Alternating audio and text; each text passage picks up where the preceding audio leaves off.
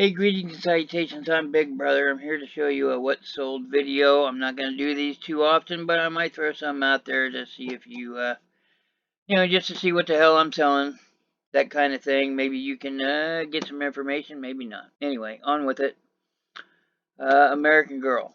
I buy a lot of American Girl as long as it's in the box because American Girl stuff sells, and it sells high. Here you go. There's two official websites I use to figure out if what they are, what year they're from, that kind of thing. Uh, yeah, so you guys getting those big bags of plush, and you run across what is it, Pleasantville, I think. Company is the maker of American Girl, so if you see those, that's where they belong. Next up is a lot of 50 vintage and antique threads. Yeah, so I don't think so much as the people wanting to collect the spools. I think it's a lot of people wanting to collect the different colors, whether it be because they're trying to collect all the colors of a certain maker or they're actually fixing vintage clothing with the authentic vintage thread, which I think is a good possibility. Anyway, I got 20 bucks for all of them, and I didn't pay anything for them, so yep. I had a this here thing sold for 50 bucks. I took an asking, and it's a 200-year calendar. I've got a video.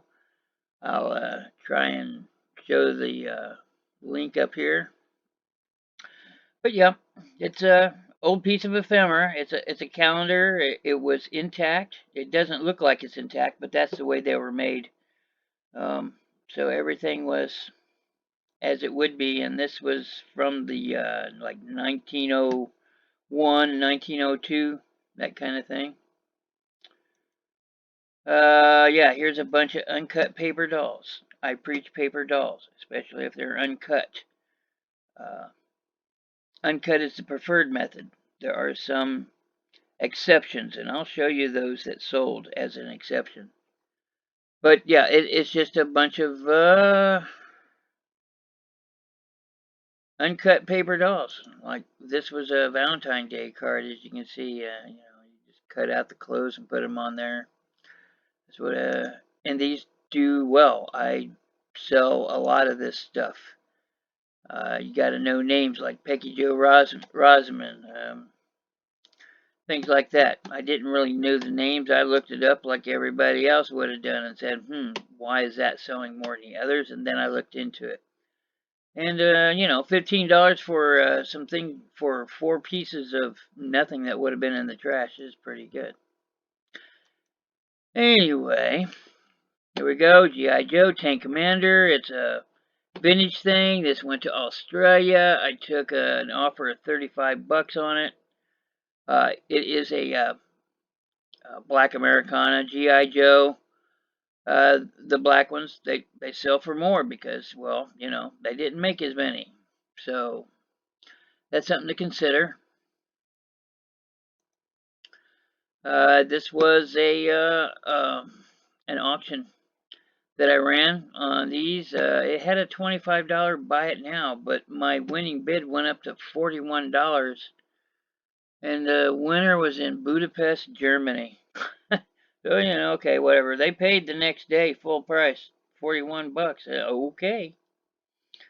So there we go. I've always done better with Matchbox. You guys keep showing Hot Wheels this, that, and the other, but I do better with Matchbox. Just me, I guess. Here's another Matchbox. I bought this off of a treasure scavenger. Shout out you.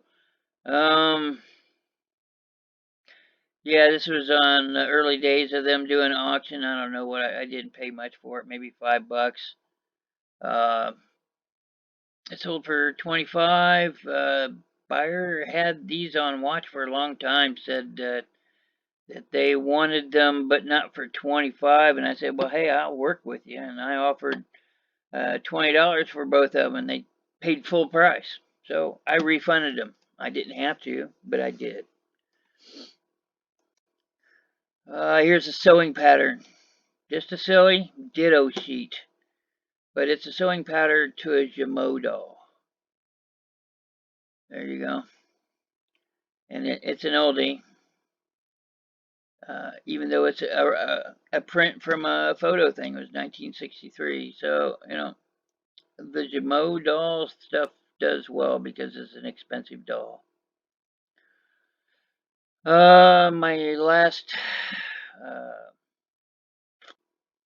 garage sale stuff netted me 4 Zippos. I sold all 4 the next day overnight because I was selling them for $10 a pop. But here's one of them. It's an Altoids pin-up advertisement. And here's the other one. It was see, it's even damaged with the scratches, and I even put that in my listing here. But it sold the next day for $10. Anytime you sell a Zippo for $10, it's gonna sell immediately. So try and get them cheap, guys. Here's an oddity. This is a 1980. I want to say a 1980 Universal Studios Battlestar Galactica lapel pin. There. I had a lot of 7 of these up for sale. I got 6 left, guys, with different pictures on them. I still have one of a Cylon. That I was selling the whole thing for $100, and somebody asked $20 for one, and sure, what the hell. So I took one out and sold it just to that person. Ephemera, you know me and ephemera. Here, to how to build some hi-fi radios. Might have gone to some preppers, might have gone to some tech historians, you know, like instructors at electrical schools. They like showing off this stuff. I got $15 for both of those. Another American Girl popcorn machine. You can see it's got salt and pepper and the bags and popcorn and candy and the popper. It's got everything in there, including the paperwork. Paperwork's important when you do American Girl doll stuff, so keep that in mind. Yeah, I got full asking price at 45. I think I paid like I got like 4 or 5 of these things for like, I don't know, 50 or $60. So guarantee it wasn't much. Yeah. Okay, here's the exception to the rule for cutouts. These are all late and early 1800s. I think I saw one for 1809, 1810, a bunch of them for 1812, and then there's some for 1850s and 1860s and 70s. So it's all through the 1800s here, but there you go. These are cutouts. These are actually advertising pieces. On the backs of them are usually coffee stuff. There are some things in here that make claims to cure consumption, which is tuberculosis. But yeah, these would sit in the pharmacies and try and collect them all, that kind of thing, like a Pokemon deal. I sold them all for $50. Another American Girl. This one's the bunny rabbit.